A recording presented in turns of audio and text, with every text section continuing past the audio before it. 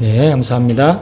오늘 우리에게 주신 하나님의 말씀은 신약 성경입니다. 신약 성경 요한복음 제13장 1절에서 11절까지 말씀입니다. 신약 성경 요한복음 제13장 1절에서 11절까지 말씀.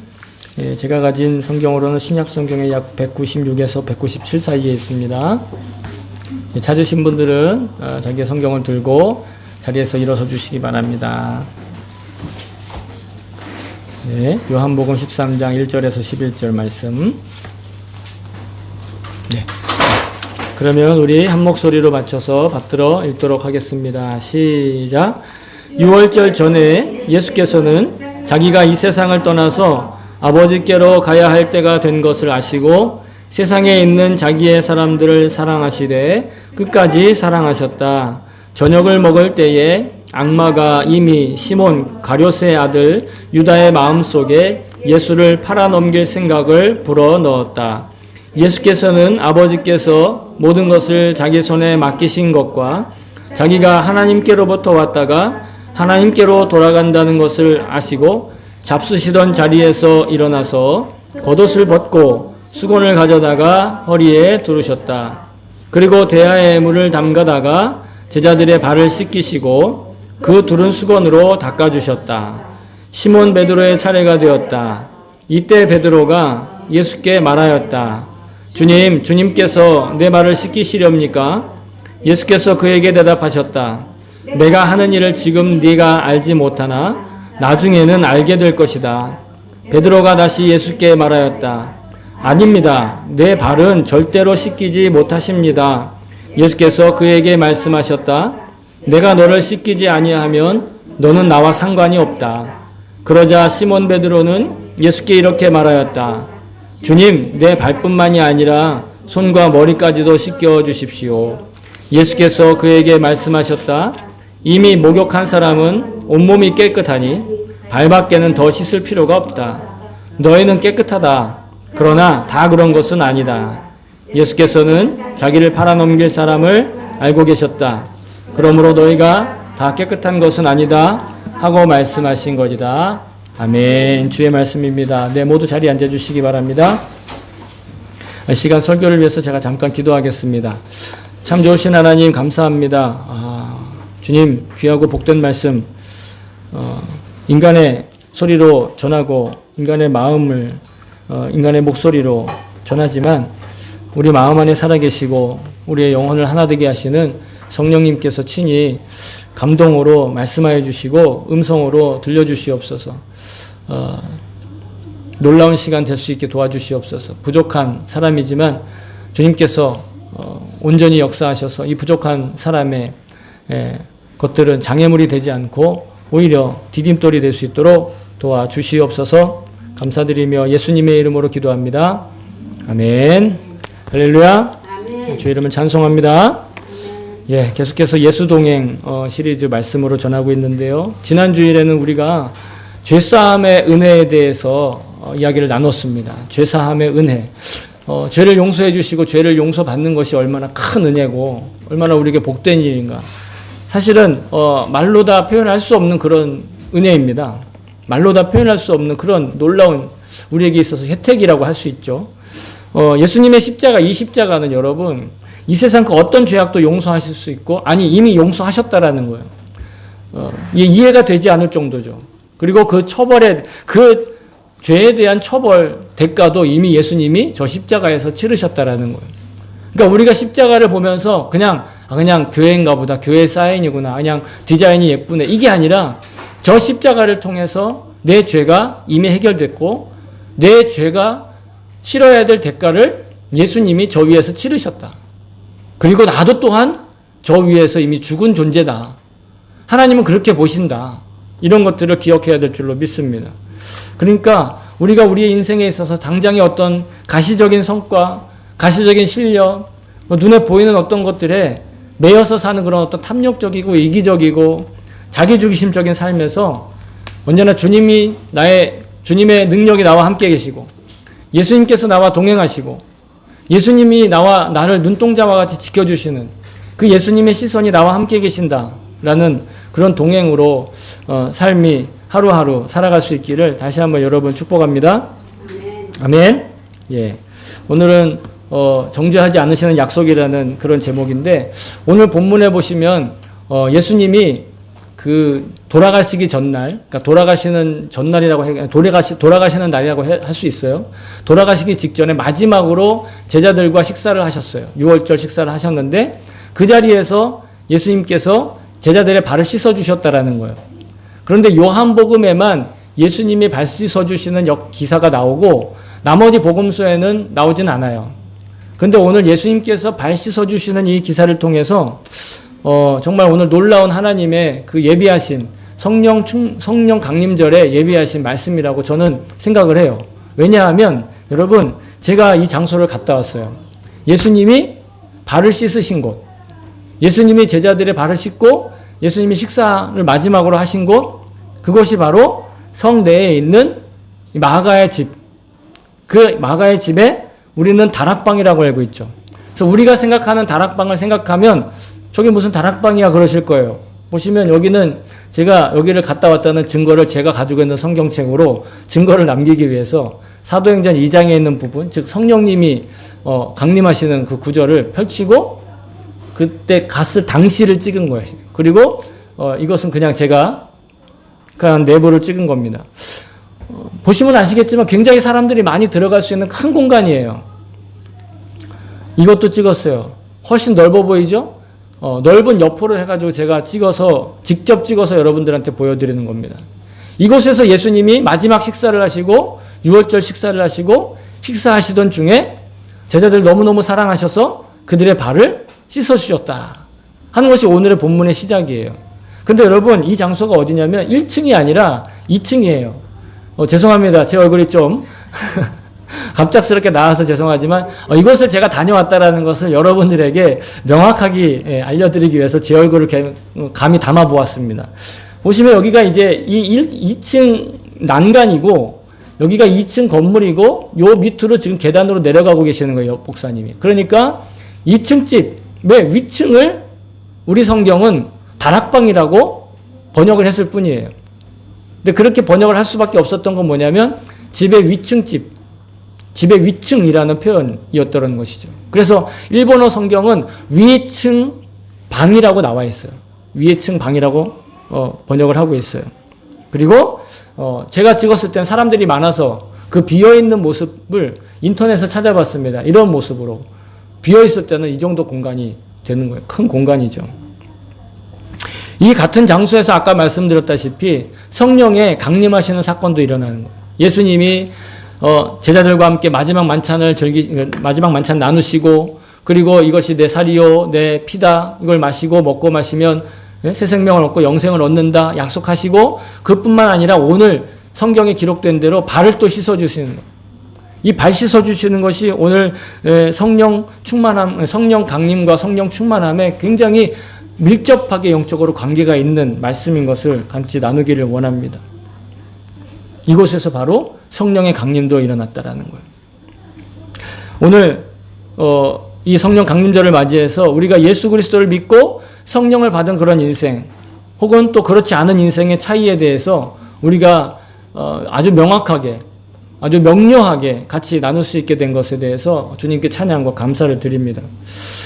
지난 3주 동안 우리는 함께 예수님의 십자가와 하나님의 능력으로, 이게 바로 그날 있었던, 아까 그 마가의 2층 방에서 그날 있었던 그 사건을 사도행전이 기록하고 있는 거예요. 어떤 일이 일어났는가? 바로 마치 불의 혀처럼 갈라지는 것들이 그들에게 보여서 각 사람 위에 하나씩 임하여 있더니 그들이 다 성령의 충만함을 받고 성령이 말하게 하심을 따라 다른 언어들로 말하기를 시작하니라.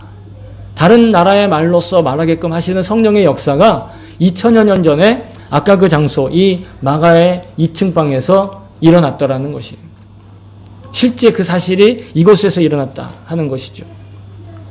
그래서 오늘 우리는 성령 받은 삶과 성령에 충만하지 않은 삶의 차이를 말씀드리고자 하는데, 여러분, 제가 계속해서 지금 거의 한 달 동안, 이제 앞으로 40주 동안 계속 말씀드리겠지만, 십자가와 하나님의 능력으로 우리가 죄인인 것을 기억하고 나는 죽고 예수로 사는 것. 이거 간단하게 얘기하면 예수 동행하는 삶이에요.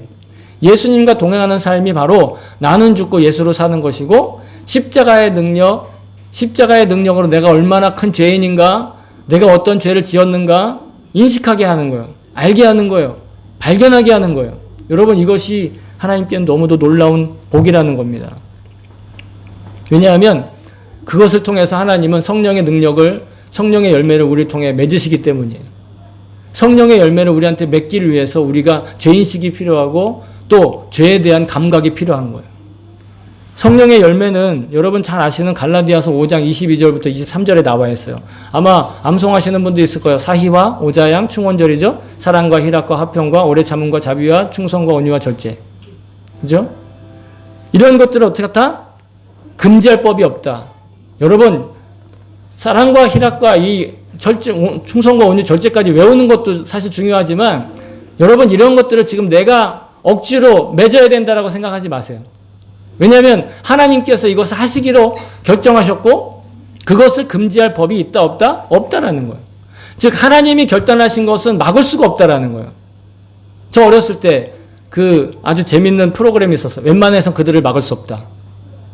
뭐 무슨 일이든 아주 그냥 코미디 영화였나 드라마였나 하여튼 그러는데 뭐 무슨 일이든 해요 그 가족들은.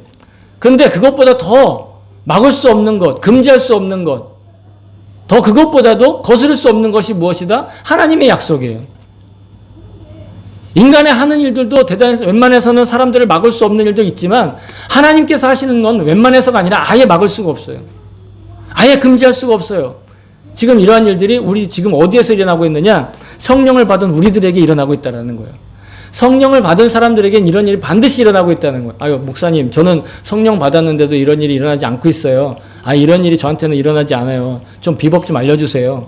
말씀하실 수 있겠지만 여러분 하나님의 약속은요 결코 조금도 부족함이 없어요.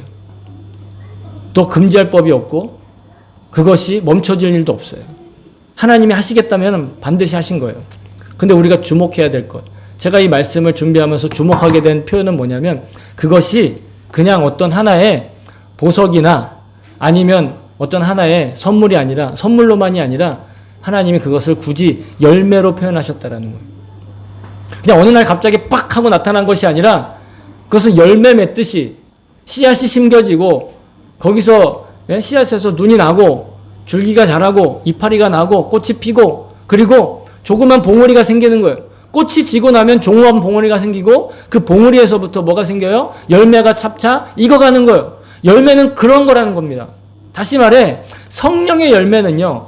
내가 갑자기 어느 날 뭐 기도하다가 팍 해가지고 팍 하고 나타나는 게 아니라 어느 날 슬며시 다가오셔서 계속해서 매일매일 시간을 들여서 공을 들여서 하나님께서 하나님의 노력을 들여서 그 열매가 맺혀지고 있는 거예요. 나는 확신할 수 없고 나는 느끼지 못하고 나는 그것이 정말 느껴지지 않고 체감되지 않지만 지금 하나님은 우리 안에서 그 일을 해가고 있다는 거예요. 그게 성령의 열매의 특징이에요. 어느 날 갑자기 사랑의 열매가 나타나는 게 아니라 어느 날 갑자기 내가 절제할 수 있게 되는 것이 아니라 다만 우리가 그 열매를 보기까지 그 열매를 거두기까지 우리가 해야 되는 것이 있어요. 뭐냐? 포기하지 않고 끝까지 붙들고 있는 것. 포기하지 않는 것. 성경 갈라디아서 6장 9절. 제가 갈육구라고 외우라고 암송하라고 말씀드리죠. 갈육구. 369가 아니라 갈육구. 우리가 선을 행하되 낙심하지 말지니 포기하지 아니하면 때가 이름에 거두리라. 때가 이를 때까지 포기하지 않고 때가 이를 때까지 결코 좌절하지 않고 실망하지 않고 낙심하지 않고 만약 넘어졌다 할지라도 다시 일어나는 그 마음. 네, 실패할 수 있어요. 좌절할 수 있어요. 낙심이 될 수도 있어요. 그러나 포기하지 않는, 포기하지 않고 낙심하지 않고 끝까지 순종하면 반드시 열매는 어떤 열매? 성령의 그 9가지 맛이 나는. 어떤 분이 성령의 열매는 하나고 그 열매의 맛은 9가지다. 이렇게 표현하시는데 그 성령의 열매, 그 9가지 성령의 열매 반드시 우리에게 맺혀지는 줄로 믿습니다. 그러면 우리가 어떻게 하는 것이 과연 포기하지 않는 것인가?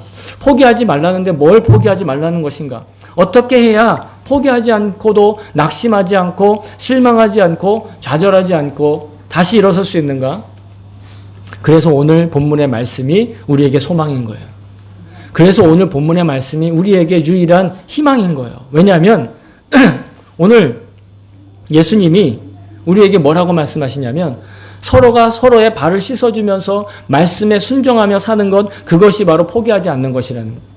너 혼자 어떻게 해봐. 야, 이제는 내가 다 해줬으니까 너 알아서 해. 이렇게 예수님이 말씀하신 것이 아니라 예수님이 본보기를 보여주시고 그 본보기를 통해서 서로가 서로에게 발을 씻어주며 서로가 서로를 섬기며 서로가 서로의 그 사랑을 나타내는 것으로 말미암아 포기하지 않게 된다라는 거예요. 그리고 그 더러워진 발을 서로 씻겨준다라는 거예요. 여기서 발을 씻는다라는 말씀은요, 죄로 인해서 우리가 더러워진 그곳을 정결하게 씻어주는 것, 정결하게 해주는 것. 오늘 본문과 연결되어 있는, 즉 오늘 11절까지만 우리가 함께 말씀을 읽었지만 14절에는 이렇게 되어 있어요. 요한복음 13장 14절에 보시면 예수님 말씀하십니다. 내가 주와 또는 선생이 되어 너희 발을 씻었으니 너희도 서로 발을 씻어주는 것이 옳으니라. 예수님께서 우리의 발을 씻어주셨어요. 발을 씻어주신다라는 건 죄를 씻는 것이고도 또 누군가를 섬기는 일이에요. 당시에 겉으로 볼 때는 누군가를 섬기는 일이었는데 그 발 씻어주는 일은 누가 했느냐? 친구끼리 하지 않았어요. 연인끼리 하지 않았어요. 종이 주인에게 하는 일이었어요. 종이 주인에게 발 씻어주는 것이었어요. 그렇기 때문에 베드로가 오늘 자기 차례가 오니까 거부하는 거예요. 다른 제자들은 얼결에 받았을지 모르지만 베드로는 내 차례 오면 절대로 저거 거부해야지. 그런 생각을 가지고 있었을 거예요. 왜냐하면 이미 베드로는 그런 전과가 있어요. 전과라고 하면 좀 표현이 그렇지만 이미 전례가 있어요. 뭐냐면 예수님께서 세상 사람들이 날 누구라고 했느냐 물었을 때 주는 살아계시는 하나님이요, 하나님의 아들이, 주는 살아계신 그리스도시요 살아계신 하나님의 아들입니다. 고백했잖아요. 그랬는데 예수님이 그래서 그럼 내가 그리스도면 앞으로 내가 이렇게 해가지고 죽고 사흘 만에 부활하고 다 용서할 거야. 이 얘기를 하셨거든요. 근데 베드로의 상식에서는 메시아는 죽는 사람이 아니에요. 죽는 존재가 아니에요. 상식에 이해가 안 되니까 곧바로 예수님께 대들죠. 절대 그런 일이 있어서는 안 된다. 흥분해가지고. 예수님이 사탄아 내 뒤로 물러가라 할 정도로 베드로가 흥분했단 말이에요. 어쩌면 지금 베드로는 또 예수님이 종처럼, 지금 예수님이 메시아인데, 지금 예수님이 대단한 인물인데, 선생님인데, 종처럼 무릎 꿇고 사람들의 발을 씻어주는 게 너무 못마땅했던 거예요. 너무 싫었던 거예요. 마음이 너무 불편해요. 그러니까 어떻게 해요? 내 발은 못 씻습니다, 예수님. 내 발은 못 씻습니다, 예수님. 그랬더니 예수님이 내가 너 발을 씻어주지 않아요. 너는 지금은 이게 무슨 의미인지 모르겠지만 그게 무슨 뜻이냐면 예수님이 단지 종이 되어서 발을 씻었다는 더 큰 의미가 있다는 뜻이에요. 지금은 의 의미를 모르지만 나중에는 알게 될 거야. 라고 하시면서 뭐라고 하시냐면 내가 너의 발을 씻어주지 않으면 너랑 나랑 상관없어.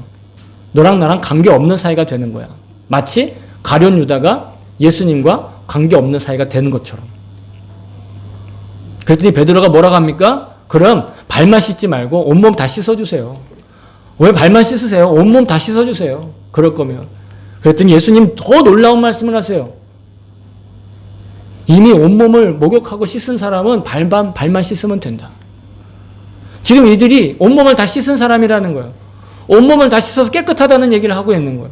제자들이 지금 목욕한 사람이라고 예수님 선언하고 있는 거예요.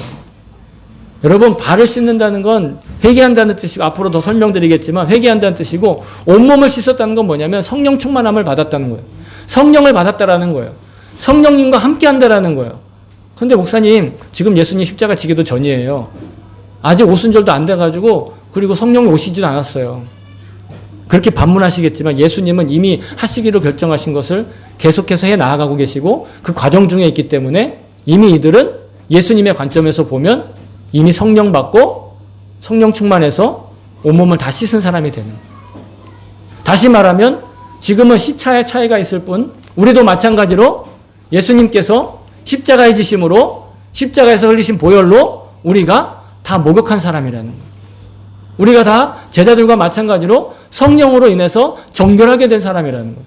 내가 인정하든 내가 느끼든 내가 못 느끼든 상관없이 예수님이 그렇게 결정하셨고 하나님이 그렇게 결정하셔서 우리는 성령으로 충만하고 성령님이 임재하시고 성령의 열매를 맺어 가고 있는 그런 존귀한 존재, 거룩한 존재, 그런 거룩한 성도라는 거예요. 그래서 성경은 우리를 성도라고 부르는 거예요. 내가 어떤 거룩한 일을 하지 않았는데도, 내가 지금 아무런 일을 하지 않았지만, 심지어는 내가 한 일은 죄밖에 없지만 이미 예수님께서 우리를 위해 십자가에 지시고 보혈을 흘려주셔서, 그리고 우리를 정결하게 하시고 성령까지 주셔가지고, 그러니까 우리가 할 일은 뭐다? 발만 씻으면 된다는 거예요. 발만 씻으면 된다. 다시 자신의 입장을 돌이키지 않은 가룟 유다 외에는 다 정결하다고 말씀하시잖아요. 가룟 유다는 완전히 관계가 끊어진 거예요. 더 이상 돌이킬 수가 없어요. 멸망의 자식에서 돌이킬 수가 없어요. 심지어는 예수님이 그는 나지 않는 게 훨씬 날 뻔했다, 이렇게까지 표현하실 정도로 완전히 예수님과 관계가 단절되었다라는 거예요. 그는 목욕하지 않은 자가 된 거예요. 성령님을 받지 않은 자가 된 거예요. 여러분, 그런데 우리가 성령께 속해 있고 성령 충만함을 받고 성령을 우리가 한번 만나고 성령님의 임재를 체험했더라도 우리의 육신의 삶은 어때요? 계속되고 있어요. 육체의 삶은 계속되고 있어요. 우리의 현실은 계속되고 있어요. 그렇기 때문에 사실요, 우리가 우리의 삶에서 실수와 죄에 자유롭지 못한 것이 우리의 현실인 건 맞아요. 그죠? 그러나 우리가 우리의 죄를 해결할 수 없다라고 단정 지으면 안 되는 이유가 오늘 예수님이 우리를 발씻어 주신 이유라는 거예요. 인간의 육신은 여전히 죄의 유혹에 취약해요. 그 증거가 바로 우리의 일상에서 흔히 발견되고 있잖아요. 하나하나 예를 들지 않아도 여러분들의 일주일간의 삶을 돌이켜보세요. 저도 사실은 부끄러운 사람입니다. 여러분도 아마 부끄러우실 거예요. 주님 앞에. 그러나 분명 예수님께서는 우리의 죄를 씻으셨고요. 여러분, 다시 한번 성경의 말씀으로 여러분들에게 권면하고 여러분들에게 용기를 드리기 원하는데, 예수님이 단 한 번의 제사로 우리의 모든 죄를, 그 죄에 대한 처벌을 대신 지시고 속죄하시고 해결하셨어요. 성경이 이렇게 말씀하십니다. 그가, 왜 자꾸 이렇게 넘어가죠? 그가 거룩하게 된 자들을 한 번의 제사로 영원히 온전하게 하셨느니라. 그가 단 한 번의 제사로 영원히 우리를 온전하게 했다라는 거예요. 앞서서 말씀드린 예수님께서 모든 제자들을 깨끗하게 하신 것과 같은 맥락이에요. 물론 아직은 시차가 좀 있어요. 그죠? 우리가 다 완성되는 그 시차로는 우리는 왜 시간에 갇혀있기 때문에 우리는 시간을 다 견뎌내야 돼요. 근데 예수님은 이미 그 시간을 통째로 보고 계시기 때문에 다 알고 계시는 거예요. 우리가 그렇게 된다라는 걸. 월드컵 중계를 생방으로 보면 가슴이 콩닥콩닥 뛰지만 그거를 녹화 중계로 보면 그렇게 콩닥콩닥 뛰지 않아요. 왜? 결과를 이미 다 알고 있으니까. 그리고 그걸 얘기해주면 옆에서 못 본 사람은 화를 내죠. 스포일러라고. 그런데 예수님이 이미 우리한테 스포일러 해주신 거예요. 우리 구원에 대해서는 앞으로 어떻게 될까? 여러분, 염려할 필요가 없다라는 거예요. 여러분, 예수 그리스도께 속해 있는 사람은 지옥을 염려할 필요가 없어요. 멸망을 염려할 필요가 없어요. 왜요? 예수님이 이미 다 한 번의 제사로 해결해 놓으셨다는 게 지금 제가 만들어낸 이야기입니까? 이미 몇천 년 전에 기록되어 있는 성경이 우리에게 가르쳐 주시는 메시지라는 거예요. 여튼 우리는 이제 죄와 상관없는 존재이긴 합니다만 여전히 죄의 문제에 노출되어 있다는 게 우리의 현실이에요. 그러다 보니까 이런 이단 종파도 있는 거예요. 어떤 이단 종파가 있느냐? 소위 말해 구원파라고 하는 이단 종파가 있는데, 그들은 한번 죄 용서받으면 다시는 정죄받지 않기 때문에 죄를 다시 짓더라도 구원받는데 혹은 사는데 전혀 문제가 없다라고 우리를 현혹해요.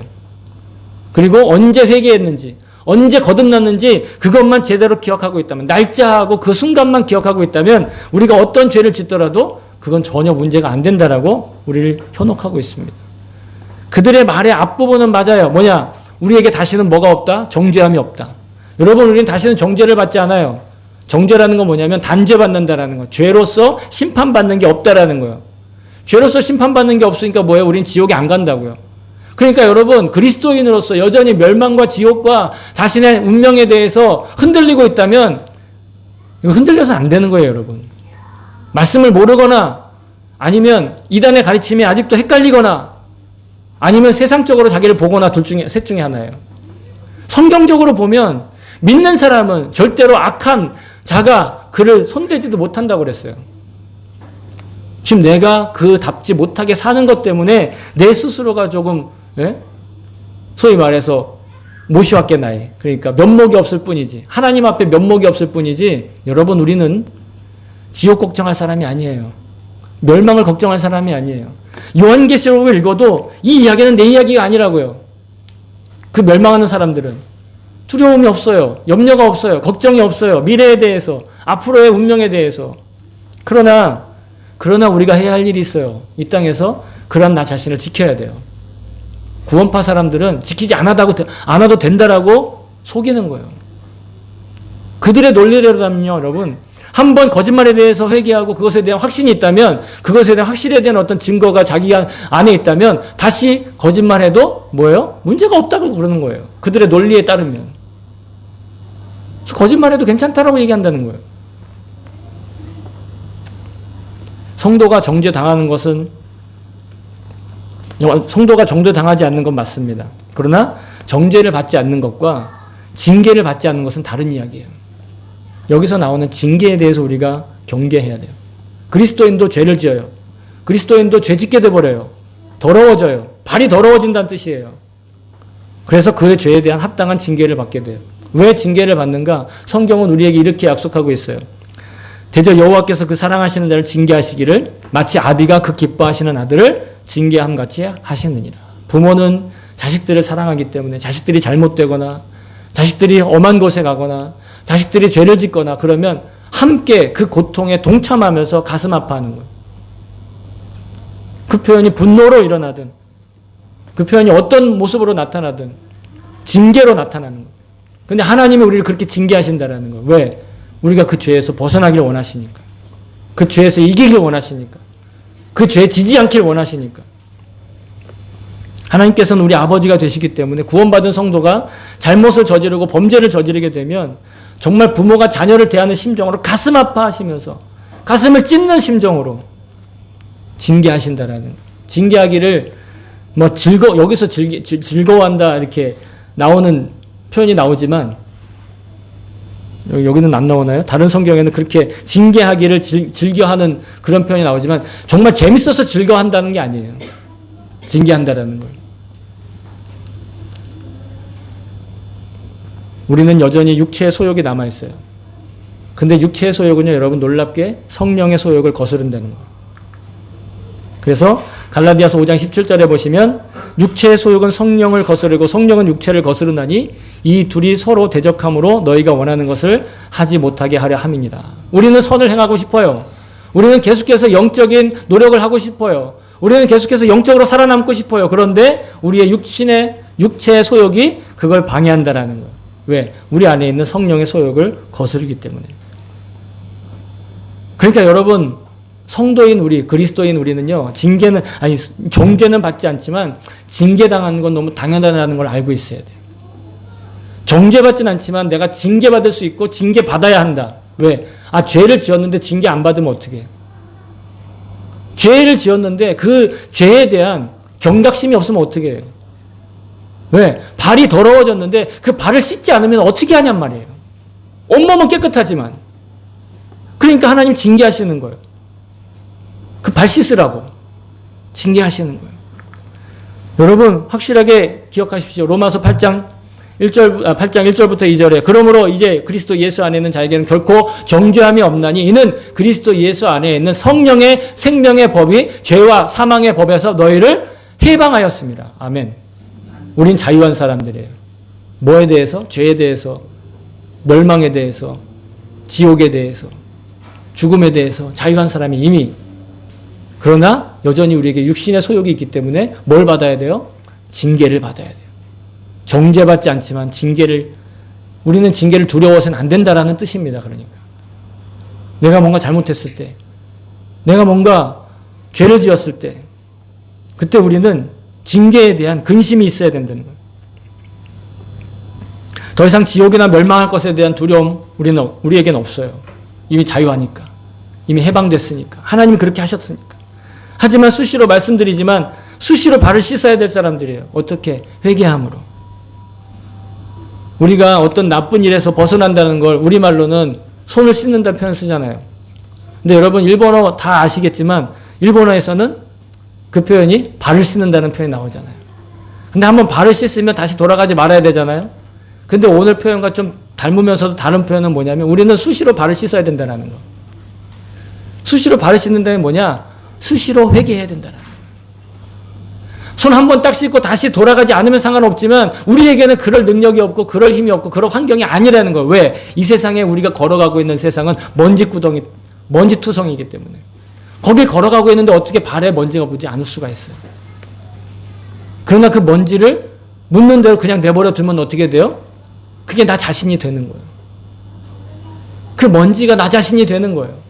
그건 막아야죠. 그럼 어떻게 해야 돼요? 주님께서 깨끗하게 씻어주신 우리 몸을 가지고 발 씻고 다니라는 거예요. 발 씻고 다니라는 거예요. 어떻게? 회개함으로. 회개함으로. 한 번 발 씻었다고 끝이 아니라 한 번 손 씻었다고 끝이 아니라 수시로 계속해서 회개하며 나의 발을 씻어야 된다는 거예요. 오늘 말씀의 핵심 주제는요. 성령님이 우리를 회개케 한다라는 거예요. 성령님이 함께 하시는 사람은요. 수시로 회개한다라는 거예요. 회개하는 걸 멈추지 않고 회개를 반복한다라는 거예요. 한 번 회개하고 나 이젠 더 이상 회개할 것 없어가 아니라는 거예요. 한 번 발 씻었다고 해서 다시 그 먼지 구덩이로 안 가지 않는다라는 거예요. 다시 그곳으로 들어간다는 거예요. 우리가 사는 세상이 그런 세상이니까.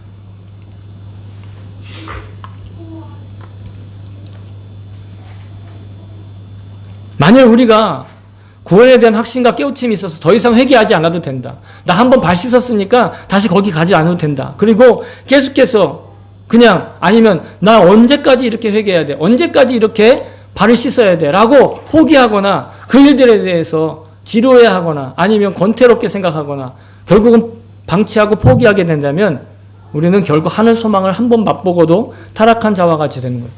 히브리서에서 이렇게 얘기하고 있어요. 하나님의 선한 말씀과 내세의 능력을 맛보고도 타락한 자들은 다시 새롭게 하여 회개하게 할 수 없나니 이는 그들이 하나님의 아들을 다시 십자가에 못 박아 드러내놓고 욕되게 함이라. 여러분, 회개할 수 있는 것도 능력이라는 거예요. 회개할 수 있다는 것도 복이라는 거예요. 보세요. 결국은 회개의 능력을 잃어버린다라는 거예요. 회개를 포기하면 회개의 능력이 사라진다라는 거예요. 그럼 결국은 어떻게 돼요? 하늘의 능력을 한번 맛보고 타락한 자와 똑같이 된다라는 거예요. 다시 돌이킬 수 없다라는 거예요. 그들은 마치 예수님을 다시 십자가에 못 박는 일이 되는데 여러분 아까 예수님이 제사를 몇 번 드리셨다고요? 단 한 번 드리셨다고요. 단 한 번으로 끝난 제사를 다시 드려야 된다라고 한다면 그게 말이 안 되는 거죠. 논리적으로 앞뒤가 안 맞죠. 그러니까 결코 그들이 돌이킬 수 없고 회개해서 회복될 수 없다라는 걸 얘기하는 거예요. 회개를 멈추면 회개가 반복되지 않으면 결국 징계에서 끝나지 않고 정죄까지 나아간다는 거예요. 그러니까 징계받을 때, 근심이 있을 때, 염려가 들어올 때, 죄에 대한 염려가 들어올 때 회개함으로 내 발을 씻어야 되는 거예요. 물론 한 번 구원은 영원하다고 우리는 다 이야기를 하고 성경은 그것을 우리에게 이야기하고 있습니다. 하지만 영원한 구원이라 할지라도 만약 자기가 지키지 못하면, 만약 그 구원을 끝까지 자기 마음에 지키지 못하면 빼앗길 수도 있다라고 성경은 이야기하고 있어요. 계시록에 보시면 이렇게 얘기하죠.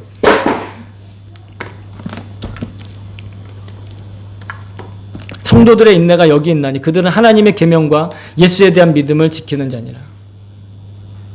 성도의 인내, 하나님의 계명과 예수의 말씀을 지키는 것, 이것이 우리의 인내예요.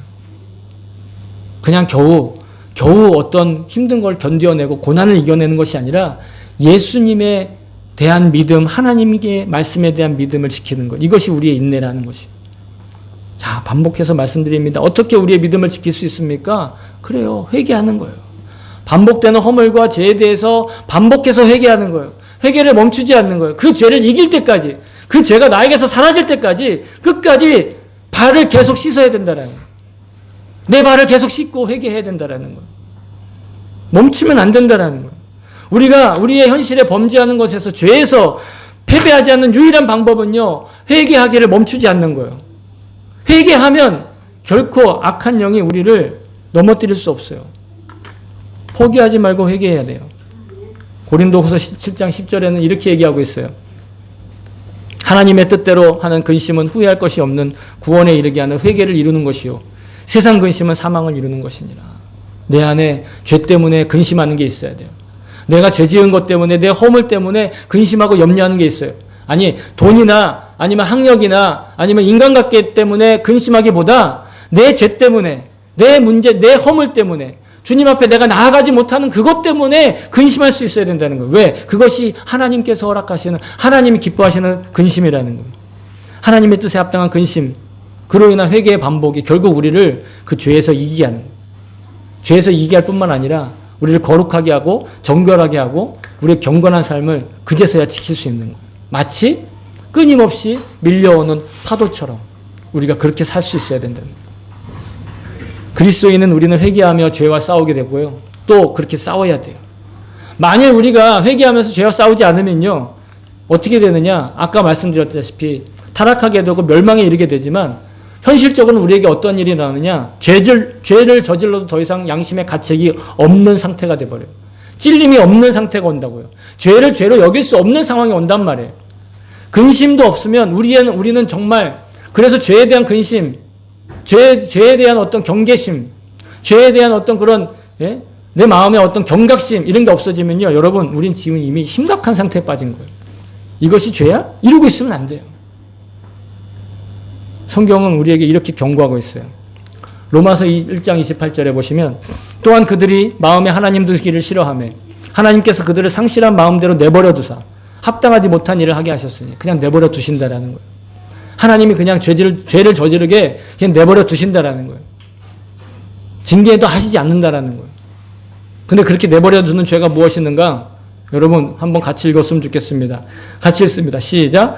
곧 모든 불의, 추와, 탐욕, 악의가 가득한 자요, 시기, 살인, 분쟁, 사기, 악독이 가득한 자요, 수군수군하는 자요, 비방하는 자요, 하나님께서 미워하시는 자요, 능욕하는 자요, 교만한 자요, 자랑하는 자요, 악을 도모하는 자요, 부모를 거역하는 자요, 우매한 자요, 배약하는 자요, 무정한 자요, 무자비한 자라.